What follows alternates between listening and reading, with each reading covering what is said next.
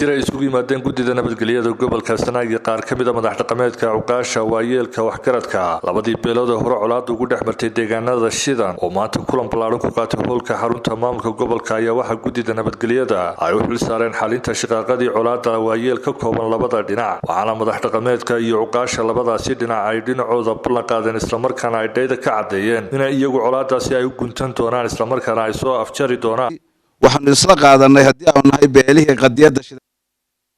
inaanu nabad qaadano nabadda ka wada shaqeyno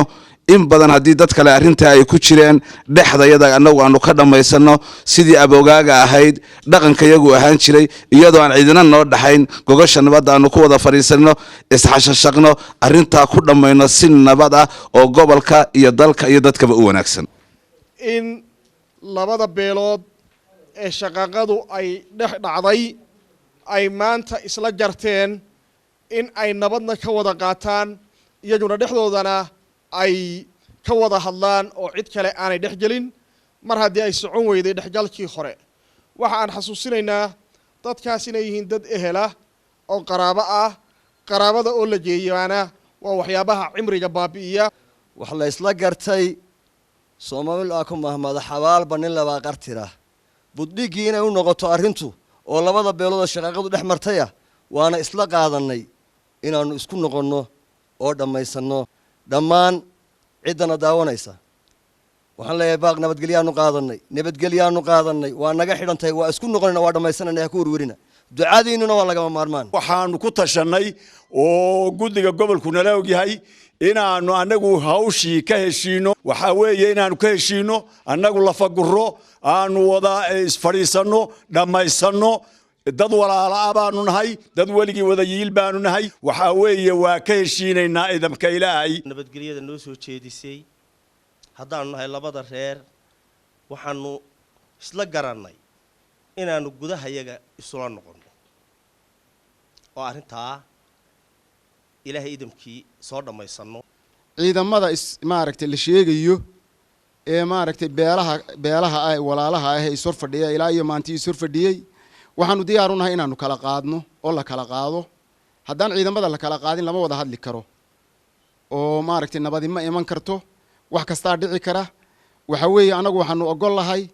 in la kala fogaado waxaana gabagabadii kulan nabadeedkaasi halkaasi hadalaha bariya iyo dardaaran iyo duca ka soo jeediyay gudoomiyaha gobolka Sanaag injineer Axmed Cismaan Xasan oo dhinaciisa sheegay in ka xukuumad ahaan aanay aqbali doonin ciidamada soo fadhiya deegaanadaasi qiladii labada dhinac ka hadlay odayadii halkan ka hadlay waxaad muujiseen warkar soo lilay waxaanu leenahay idinku ducaynaa in Ilaahay idinku asturo hawsha aad qaadeen waxaad ilaalinaysaan oo aad badbaadinaysaan qof nool noloshiisa dambe ayaad badbaadinaysaan waxaad garta u galaysaan ama maxaan ku idhaaday hawshiina hoose aad u fulinaysaan waa idinkoo isku tanaasulaya oo aan hadalkiina istiraacaynin waana isku tanaasushaan walaalyeelkii baa dhaqan la yiri haddaad hadalka qofkaas yiraahdo haba qaldanaad qadalkiisa ugu jawaab tiraahdo faa'iido lama gaaro waa inaad u fahamtaa hadalkaas inuu hadal qaldan yahay laakiin adigu ka saxda ah ee labada dhinac isku soo dhawaanayaan aad ku hadashid waxaan idinku guubaabinaynaa in maanta Ilaahay idinku asturo ogeynaya meeshii qori lagu arko waxa loo arkay qof nabadgelyada ka soo horjeeda ciidankana waanu geynaynaa goobahaasi muddana waanu siinaynaa 2 maalmood gudahood kuma arki karo wax qori area ka dhow laguma arki karo waxaan leenahay taasi waxay hormuud ka noqonaysaa in nabadii ad ballan qaadeen laga jawaabay marka goobihii laga soo waayay wax ciidana ama wax qori sita oo jooga markaan soo weyno waxay kow ka noqonaysaa markhaati fur inaad ballantaad qaadeen markii horeysay oo fuliseen adawaan ay ahayd markii guddida nabadgelyada gobolka Sanaag iyo warmurtiyeed ay ka soo saareen in guddidii hore dhexdhexaadinta ay ku fashilmeen arrinta nabadeyntaasi Ali Aadan Daahir TV-ga caalamiga Home Cable TV magaalada Ceergaabo.